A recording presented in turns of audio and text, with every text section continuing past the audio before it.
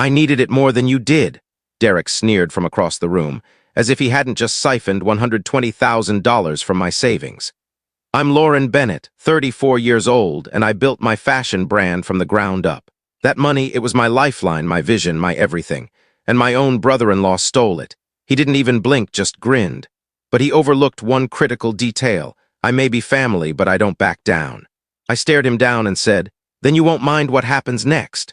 2 hours later, the police stormed through the door. Have you ever been betrayed by someone you called family? Share your story in the comments, and hit like and subscribe if you believe justice has a way of catching up. Growing up in Seattle, I was the dependable daughter. My parents owned a small hardware shop, and while my younger sister, Megan, chased parties and popularity in her teens, I stashed away every cent from my part-time gigs. After college, I slogged through 3 years at a retail chain before launching Bennett Threads, my boutique specializing in eco-friendly, locally crafted apparel. I left my secure job with just $5,000 in my pocket and a heart full of dreams. The first 2 years nearly crushed me.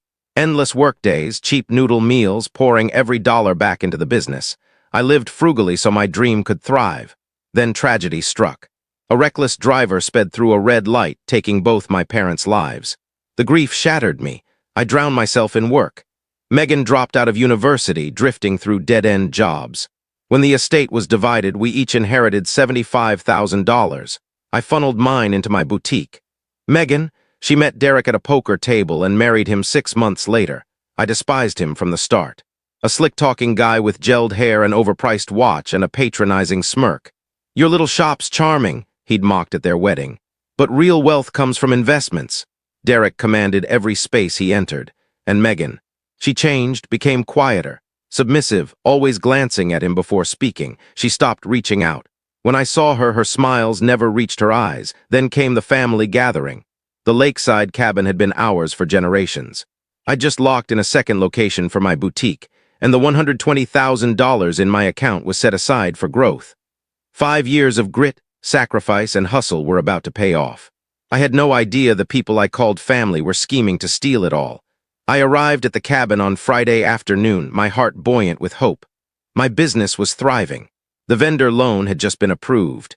The second boutique was becoming reality. Cousin Sarah greeted me at the dock, her smile tight.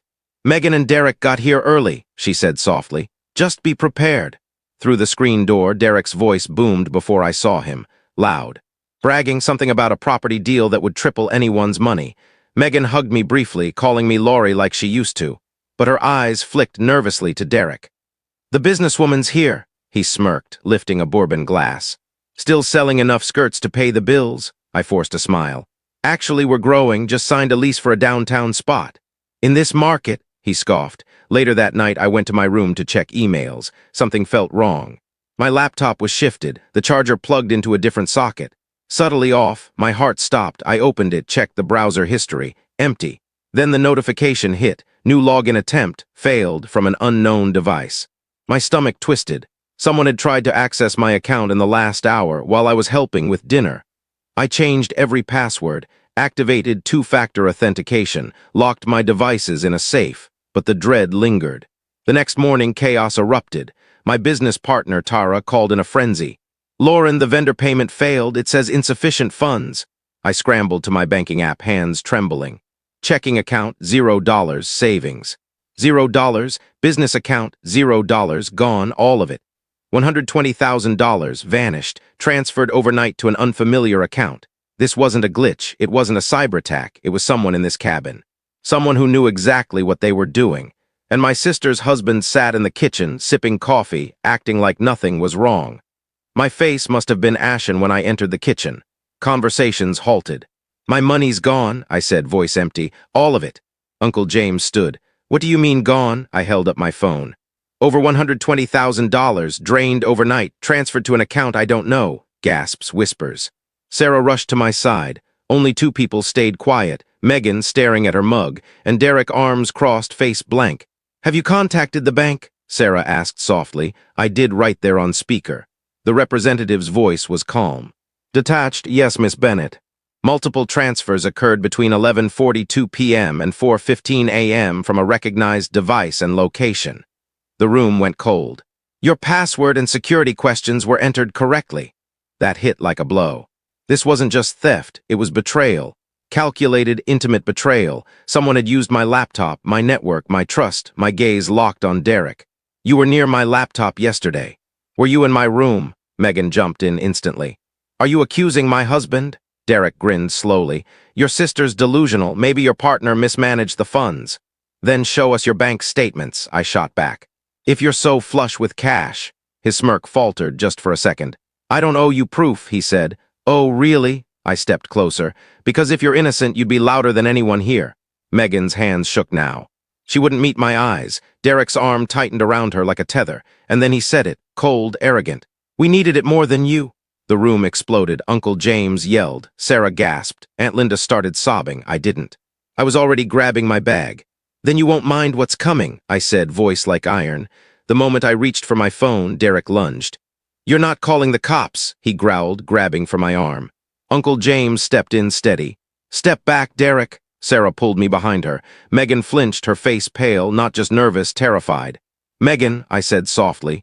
What's really happening? She opened her mouth, but Derek cut in. We're done, pack your things, we're out. You're not going anywhere until I get every penny back, I snapped. Or I'll have you in cuffs before you reach the car. Derek laughed. Good luck, that money's gone, transferred. Untouchable. Then a loud crash shook the cabin. The door burst open. Police, nobody move. 2 officers stormed in, followed by a woman in plain clothes flashing a badge. Lauren Bennett, she asked. I nodded. Detective Ramsey, Seattle PD, we got a fraud alert tied to your accounts. Derek paled. This is a mistake, she cut him off. We have evidence from your bank's fraud team, account transfers, device IDs. And your face, Mr. Larson. His mouth opened, silent. I pulled out my phone. I installed security software last year after a hacking scare. It captures photos during login attempts, logs keystrokes, tracks access history. I handed the phone to Ramsey. Here, clear shots of Derek on my laptop, timestamps, IP matches, it's all there. Derek's composure cracked. You framed me. No, I said evenly. I protected myself. There's a difference. As the officers cuffed him, he yelled at Megan. You think you're free, you're nothing without me. She stepped forward, voice trembling but resolute. I was nothing to you. Without you, I can finally be me. Detective Ramsey turned to me.